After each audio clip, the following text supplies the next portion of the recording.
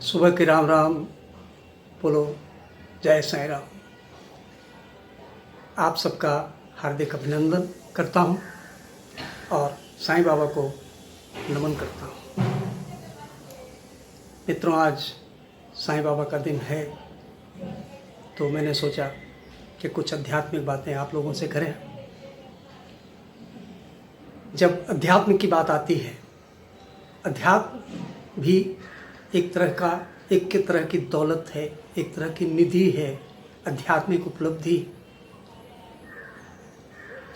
जीवन में एक धन की तरह है, संपदा की तरह है। मित्रों, धन और दौलत तो हमें विरासत में मिल जाती है, लेकिन आध्यात्मिक दौलत के लिए हमें स्वयं प्रयत्न करना पड़ता है और वो एक कठिन मार्ग है, आसान मार्ग नहीं है। आध्यात्मिक मार्ग कठिन मार्ग है, जिसमें आपको हर पल पल आप अपने साथ, स्वयं के साथ लड़ाई करनी पड़ती है।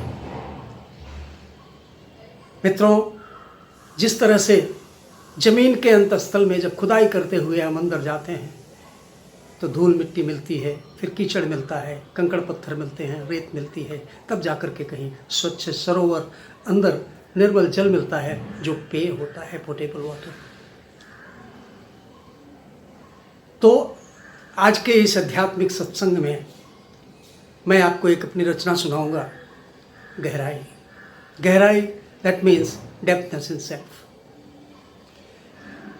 तो ईश्वर की जिस तरह से वो अपना स्वच्छ सरोवर का जल जो है हमें जमीन की गहराई में मिलता है, ठीक उसी तरह से ईश्वर का संवाद भी हम अपनी गहराई में ही सुन सकते हैं। तो जब हम इस कविता का पाठ करेंगे तो आपका ध्यान वही रहेगा, वो कंकड़ पत्थर। हमारे जीवन में जो कंकड़ पत्थर क्या हैं? ये हमारा अहंकार है, क्रोध है, काम है, घृणा है, द्वेष है, दौलत, धन दौलत के प्रति हमारी पिपासा है। जब तक इन सब से हम मुक्ति नहीं पाते हैं तब तक हमें ईश्वर की प्राप्ति संभव नहीं है, आध्यात्मिक उपलब्धि संभव नहीं है। तो हर पग पर आपको त्याग करना पड़ेगा। तो एक मेडिटेशन के माध्यम से कैसे आप पहुंचते हैं, किस तरह से अपने आप की खुदाई करते हैं, अपने आप को बर्दाश्त करते हैं। तो अपनी कविता गहराई में आप लोगों को सुना रहा हूं कि अकेले में बैठकर कहीं खुदाई कर चल रही है। कैसे कि आज कई वर्षों से खुदाई चल रही है, आज कई वर्षों से खुदाई चल रही है, पर गहराई है कि बढ़ती ही नहीं। पथरीली जमीन पर कुदाली चलती ही नहीं। जहाँ अहंकार के पाषाण है, क्रोध है, काम है, घृणा है, द्वेष है, तो वहाँ पर जब हम शुरुआत करते हैं तो कुदाली चलती नहीं है। तो हमारे टूल्स जो हैं वो नाकाम हो जाते हैं। तो आज करीब कई वर्षों से खुदाई चल रही है, सारे संसार से वह स्वजनों से जुदाई चल रही है, लेकिन गहराई है, बढ़ती ही नहीं। पथरीली जमीन पर कुदाली चलती ही नहीं। जब मैंने खुलकर एक एक पत्थर से जंग का ऐलान किया, खून पसीने बहाकर दिन रात लगन से काम किया, तब कहीं जाकर पत्थर दहलने लगे, उनके फौलादी सीने पिघलने लगे। फूट पड़े झरने पानी के पर मटमैले थे, बहने लगे तूफान की तरह, स्वाद में कसैले थे। आप देखेंगे जब मेडिटेशन करेंगे तो तमाम तरह के गंदे बुरे विचार, बहुत सारी चीज़ें जो हैं आपके मनोमस्तिष्क पर आएंगी, लेकिन सब बह रहे हैं। बहने लगे तूफान की तरह, स्वाद में कसैले थे। मैं निराश हो गया, मेरी आशाओं पर पानी फिर गया, मेरा सारा अरमान जो आसमान पर था वो जमी पे गिर गया। अंदर से आवाज आई, मेहनत का फल मीठा होता है, सब्र से काम लो, हर कच्चा फल तीखा होता है। फिर क्या, गंदा पानी बहता रहा, मैं देखता रहा, तकदीर की लौ में अपने अरमानों को सेकता रहा। तभी एकाएक बिजली सी चमक उठी, जैसे बिजली सी चमक उठी मेरी आंखों में। चल उठे हो कई एक दीप अंधेरी रातों में। मैंने देखा कि बहते बहते बह गया एक एक कतरा गंदे पानी का। तूफानी हलचल शांत हो गई। शुक्र है ईश्वर की मेहरबानी का। सब कुछ जो था हमारे अंदर आया था वो सब बह गया।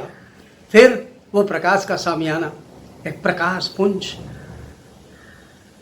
मैंने देखा कि बहते बहते बह गया एक एक कतरा गंदे पानी का, तूफानी हलचल शांत हो गई, शुक्र है ईश्वर की मेहरबानी का। मैंने देखा एक शांत सरोवर लहराने लगा, गहराई इतनी थी कि उसका एहसास ही हमें डराने लगा। गहराई इतनी थी कि उसका एहसास ही हमें डराने लगा। मैं डूबने लगा, कोई न था बचाने वाला, करूं तो क्या करूं, कोई न था राह दिखाने वाला, क्योंकि ये सब अकेले में चल रहा है। कोई नहीं था वहां पर मुझे राह दिखाने वाला। डर गया, जैसे भय सा होता है, क्योंकि हम इतना संचित करके रखे हुए हैं कि जब सब कुछ बह गया तो एक घबराहट सी, छटपटाहट सी होने लगी, हमारे अंदर कुछ भी नहीं रह गया।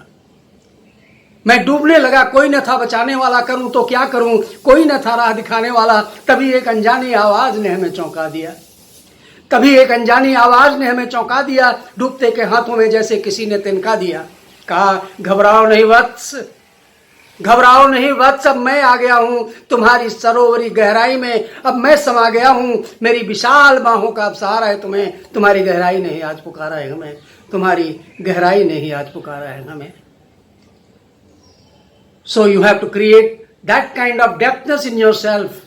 You have to get off all your accumulations that you have accumulated over a period of time.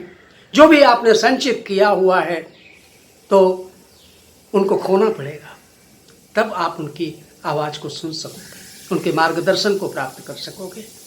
वह स्थिति प्राप्त करने के लिए सतत प्रयास करना पड़ेगा। एक दिन के प्रयास से, एक दिन से नहीं होता है। तो यह प्रयास आपको हर जो आपकी दुष्प्रवृत्तियां हैं, अहंकार है, क्रोध है, काम है, घृणा है, द्वेष है, पिपासा है, इन सब से, लालच है, इन सब से आपको जब तक मुक्ति नहीं मिलेगी, जब इन सबको आप त्याग करके सारे जामे उतार करके रख देंगे, तब कहीं जा करके आपको उस ईश्वर का संरक्षण प्राप्त होगा। बस आज के लिए इतना ही। बहुत बहुत धन्यवाद सुनने के लिए। आशा है आप सब इस बात को जीवन में समझेंगे, क्योंकि यही एक आध्यात्मिक ज्ञान जो है, आध्यात्मिक उपलब्धि जो है, वो आपके जीवन में जब भी कठिन परिस्थिति आती है तो आप घबराते नहीं हैं, क्योंकि आपने इतनी कठिनाइयाँ झेल ली हैं, इतना बलिदान किया है, इतना सेक्रीफाइस किया है कि उसके आगे आपको कहीं भय लगता नहीं है। तो डर, भय से, क्रोध, काम, घृणा, द्वेष आदि से आपको मुक्ति होती है। यही आपकी सबसे बड़ी आत्मिक उपलब्धि है। बहुत बहुत धन्यवाद। साईं कृपा करें आप सबके ऊपर।